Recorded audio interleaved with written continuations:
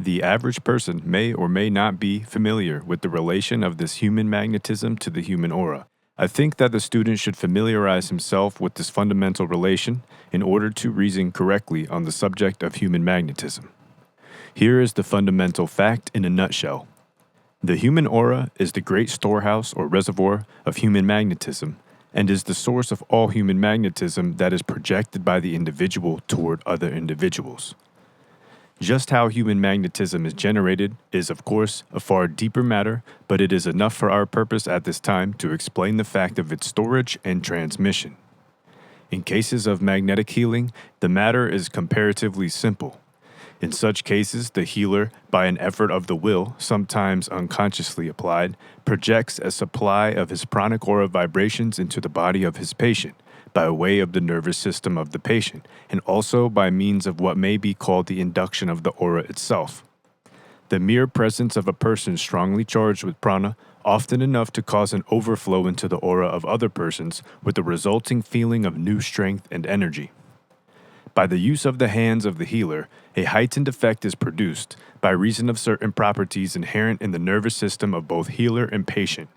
There is even a flow of etheric substance from the aura of the healer to that of the patient, in cases where the vitality of the latter is very low. Many a healer has actually and literally pumped his life force and etheric substance into the body of his patient when the latter was sinking into the weakness which precedes death, and has by so doing been able to bring him back to life and strength. This is practically akin to the transfusion of blood, except that it is on the psychic plane instead of the physical. But the work of the magnetic healer does not stop here. The educated healer, realizing the potent effect of mental states upon physical conditions, of mental vibrations upon the physical nerve centers and organs of the body, endeavors to arouse the proper mental vibrations in the mind of his patient. He does this merely by holding in his mind the corresponding desired mental state, and thus arousing similar vibrations in the mind of the patient. This of itself is a powerful weapon of healing, and constitutes the essence of mental healing as usually practiced. But there is a possible improvement even upon this, as we shall see in a moment. The advanced occultist, realizing the law of action and reaction in the matter of the auric colors, turns the same to account in healing work as follows. He not only holds in his mind the strong feeling and thought which he wishes to transmit to the patient, but, fix this in your mind, he also pictures in his imagination the particular kind of color which corresponds with the feeling or thought in question. A moment's thought will show you that by this course he practically multiplies the effect. Not only do his own thought vibrations, number one, set up corresponding vibrations in the mind of the patient by the laws of thought transference, but two, his thought of the certain colors will set up corresponding vibrations not only A, in his own aura, and then B, to that of the patient, but will also act directly upon the aura of the patient and reproduce the colors there, which in turn will arouse corresponding vibrations in the mind of the patient by the law of reaction. The above may sound a little complicated at first, but a little analysis will show you that it is really quite a simple process, acting strictly along the lines of action and reaction, which law has been explained to you in preceding chapters of the book. The vibrations rebound from mind to aura, and from aura to mind in the patient, something like a billiard ball flying from one side of the table to another, or a tennis ball flying between the two rackets over the net.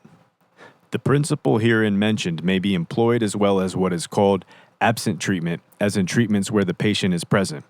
By the laws of thought transference, not only the thought but also the mental image of the appropriate astral color is transmitted over space and then impinging on the mind of the patient is transmitted into helpful and health-giving vibrations in his mind. The healer of any school of mental or spiritual healing will find this plan very helpful to him in giving absent as well as present treatments. You will find that from the knowledge of the auric or astral colors given in this little book, he will be able to obtain quite satisfactory and marked results in his practice. The following table, committed to memory, will be help to the individual in the matter of employing the mental image of the auric colors in his healing work. The following additional suggestions will be found helpful to the healer. In cases of impaired physical vitality, also chilliness, lack of bodily warmth, etc., bright warm reds are indicated. In case of feverishness, overheated blood, excessive blood pressure, inflammation, etc., blue is indicated. Red has a tendency to produce renewed and more active heart action, while violets and lavenders tend to slow down the too rapid beating of the heart. A nervous, unstrung patient may be treated by bathing her mentally in a flood of violet or lavender auric color, while a tired, used-up, fatigued person may be invigorated by flooding him with bright reds followed by bright, rich yellows, finishing the treatment with a steady flow of warm orange color.